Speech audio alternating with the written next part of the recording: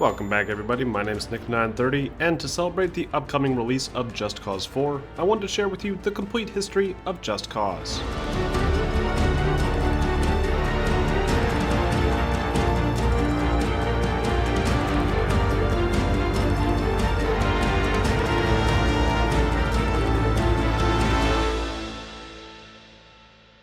Just Cause is a third-person action-adventure series that puts a heavy emphasis on creating absolute chaos. The series is known for its massive sandbox worlds filled with a large assortment of vehicles to pilot, weapons to shoot, and a seemingly unlimited number of things to blow up. While this series may not have seen nearly as many entries as some of the other franchises I've covered, it still managed to make a name for itself as the ultimate platform for creating chaos, and has only improved since its initial outing in 2006. But to truly appreciate how we got to the point where we're attaching balloons to cars and surfing through tornadoes, we need to take it way back to the early 2000s and understand how this franchise came to be. In 2003, Linus Bloomsbury and his partner Christopher Sundberg created their own company called Rock Solid Studios and began work on a video game version of the popular monster film Tremors. But after some massive financial setbacks, the game was cancelled and the studio went under, forcing both Sundberg and Bloomsbury to start completely from scratch under the new studio name Avalanche Studio. With only a handful of designers, the studio created their own in-house engine called the Apex engine, which enabled the studio to build the massive open-world environments with relative ease. The initial build of the game, nicknamed Rico Terror in the Tropics, was picked up by Eidos Interactive, allowing Avalanche Studios to expand its employee numbers and build the world that they wanted without limitations. The game was eventually renamed Just Cause, a name which was directly inspired by Operation Just Cause, a US-led invasion that aimed to dismantle the Panamanian dictatorship of Manuel Noriega in December 1989.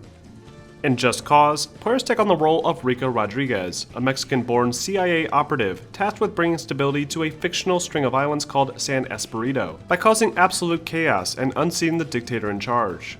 According to its original designer, Rico was inspired by basically every action movie star at the time, including Jason Bourne, James Bond, and Mad Max.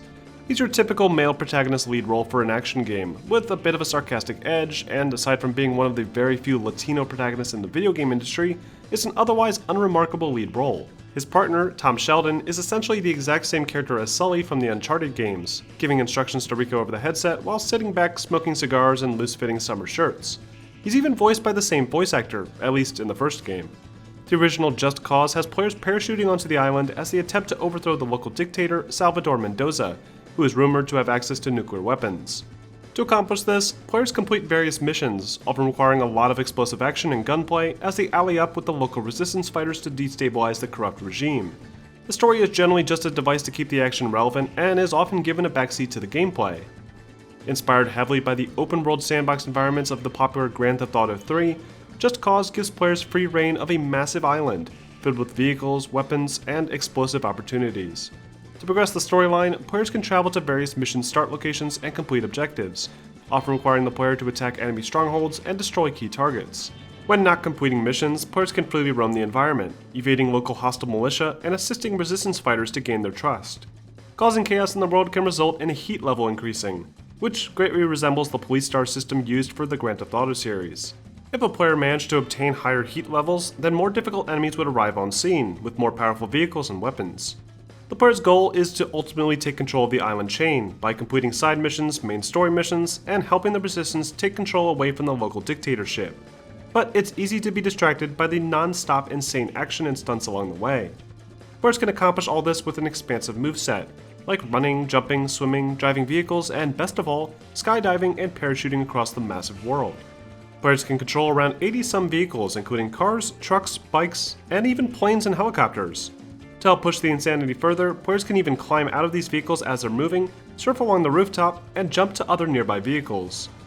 Players could also deploy their parachute at will and use a special grappling hook to zip Rico towards specific points for better control.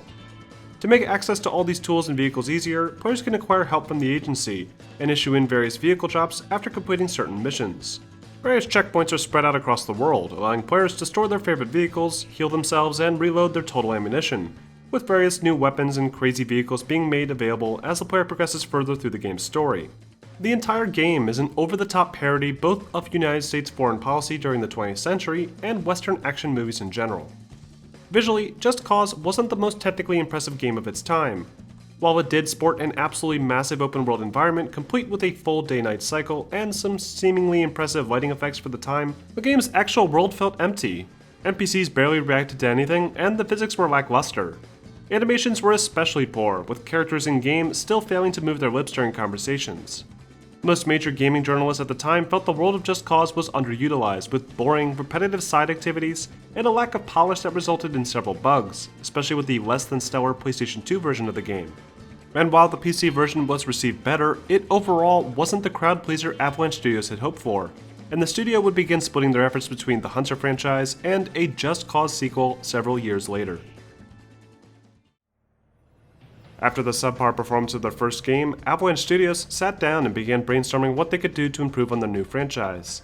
They decided that the open world assets would need to be improved on, with less repetitive activities and more creative approaches to causing destruction. They also focused on improving various elements of the player control and combat, making for a vastly improved experience overall. Just Cause 2 was announced in 2007 with a playable demo that provided players with a chance to experience all the great improvements put in place for the sequel. Just Cause 2 was then elevated to a more AAA status thanks to this demo, and Avalanche Studios was looking at their first commercial hit. But several delays inevitably pushed the title back, and the game would end up releasing in spring 2010. In Just Cause 2, players once again take control of Rico Rodriguez, as he travels to a fictional Pacific island chain called Panau as he investigates his potentially rogue partner Sheldon. Soon after arriving, Rico learns that there are 3 factions fighting for control of the region, and the only way to get to the dictator Panay is to create complete chaos. The story goes well beyond insanity, with some silly mission objectives and a finale that makes the old James Bond movies seem less campy. But this was all intentional, as the team at Avalanche felt that their gameplay experience should take top priority, and the game's narrative was treated as an afterthought rather than the driving force. Just Cause 2's gameplay has been improved substantially over its predecessor, with a more interesting open-world environment to explore and vastly improved control scheme. Players could more easily perform various stunts, like jumping onto the roof of their vehicles and parachuting to safety. The grappling hook ability was now fully implemented into the standard controls, allowing players to seamlessly use it to evade danger and combine it with the parachute to more easily traverse the world. Players could even utilize the grapple in combat, allowing for some creative takedowns, often involving tethering enemies to various objects and props. This grapple tether technique would become essential to the core gameplay experience fans expect from the series today, and will only be expanded upon further as the series evolves. Other improvements include better vehicle handling, improved enemy artificial intelligence, and adjustments to the game's progression, requiring players to balance their allegiance to the 3 rebel gangs as they create enough chaos to draw Panay out of hiding. The agency delivery system was also expanded upon, with players capable of ordering black market vehicles and weapons, which often bordered on the ludicrous, making for a much more lighthearted and fun action experience. But the biggest improvement to the game was the destructive nature of the environment. Thanks to the newly refined Apex Engine 2.0, Just Cause 2 featured some beautiful physics-based destruction. In fact, it's easily one of the most explosive video game series in the history of the industry. Tethering explosive objects together and pulling them down just to see how big of an explosion you can make made for a significantly improved experience over the original game, and the game's direct connection to various video sharing platforms like YouTube on the PlayStation 3 only encouraged players to further experiment with insane stunts and mishaps. Just Cause 2 was received exceptionally well, with many praising the improved control scheme and creative freedom. Avalanche Studios had finally put themselves on the map, and began expanding, with a new studio opening in New York. Warner Brothers would eventually contact Avalanche Studios to create a Mad Max video game to coincide with the recently released film, prompting Avalanche to have their newly formed New York division take on the brunt of the next entry to the Just Cause franchise.